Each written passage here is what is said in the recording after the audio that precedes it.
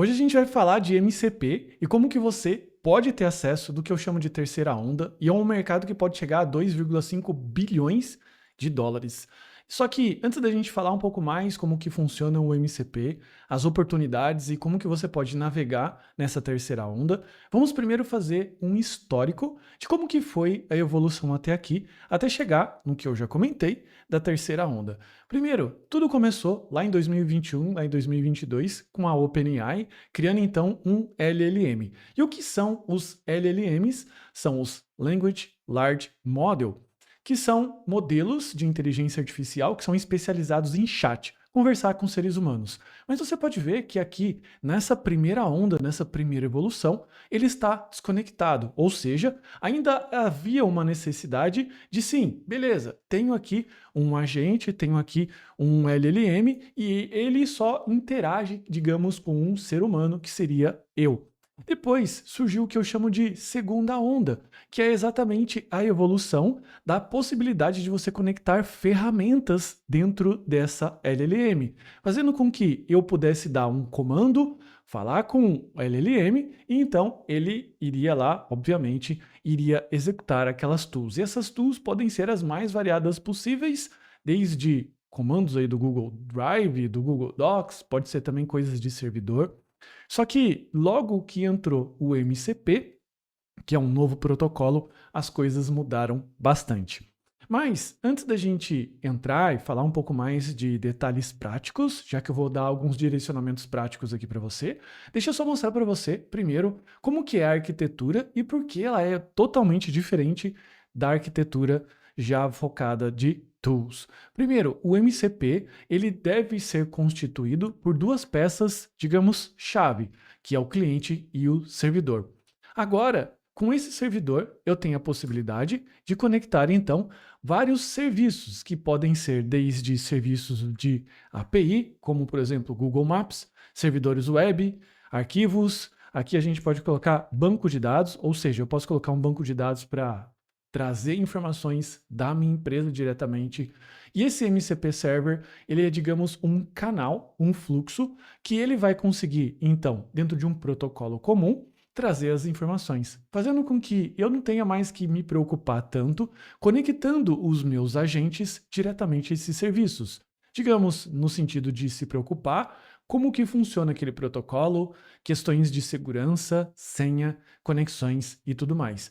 E aonde que eu posso utilizar o MCP Client, que no caso são esses protocolos, esse cliente, né, que ele vai acessar os servidores. Eu posso usar nos meus próprios aplicativos, no N8N, no Creo AI. E qual que é a diferença básica da arquitetura MCP para a arquitetura típica, que é essa arquitetura aqui, digamos, um pouco mais antiga, no que eu chamo de segunda onda?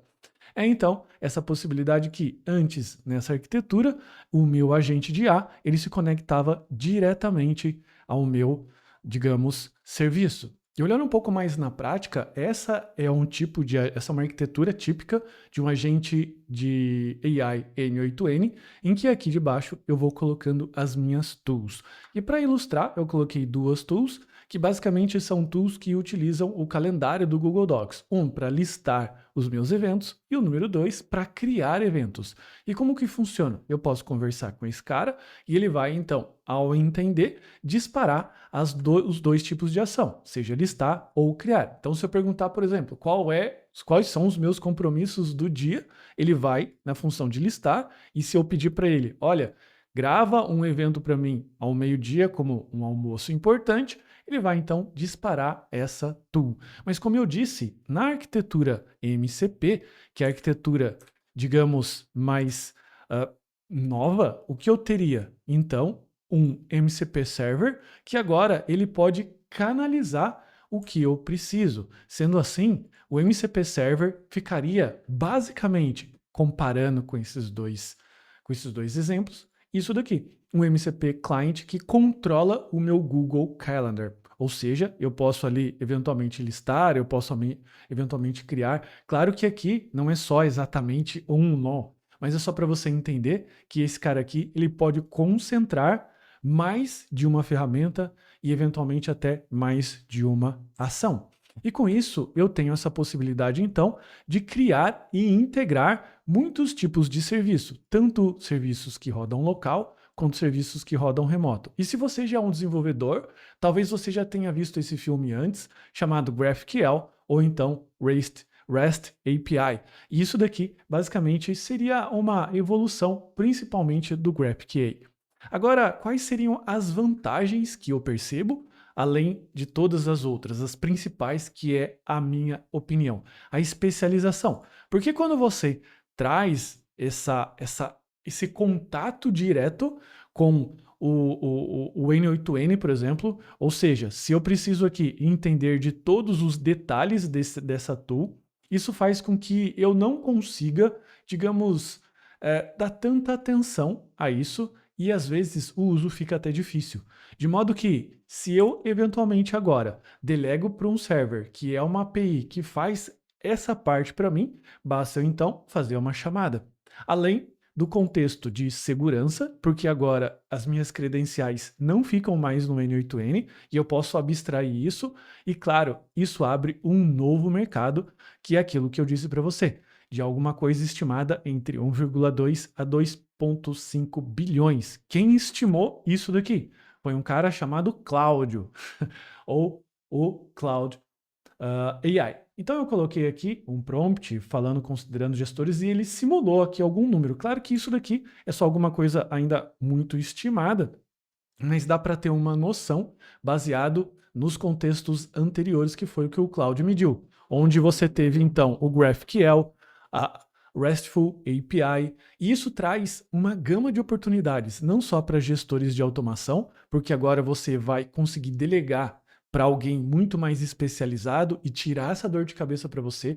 Abre também um espaço para desenvolvedores, porque agora você pode integrar sua ferramenta e trabalhar em marketplaces, como esses marketplaces aqui desse site do Awesome MCP Server, que eu tenho várias possibilidades. Eu tenho esse outro aqui que abre tantos outros serviços, e agora eu tenho então essa possibilidade também como empreendedor de criar marketplaces. Eu posso possibilitar que esses desenvolvedores possam hospedar essas ferramentas dentro da minha infraestrutura, ou então eu como um empreendedor posso criar uma quantidade de MCP servers e disponibilizar isso de uma forma paga via API para quem possa utilizar. Por exemplo, se você tem hoje um serviço de dados, de consulta, por exemplo, eu posso disponibilizar isso para que agora ele funcione via MCP.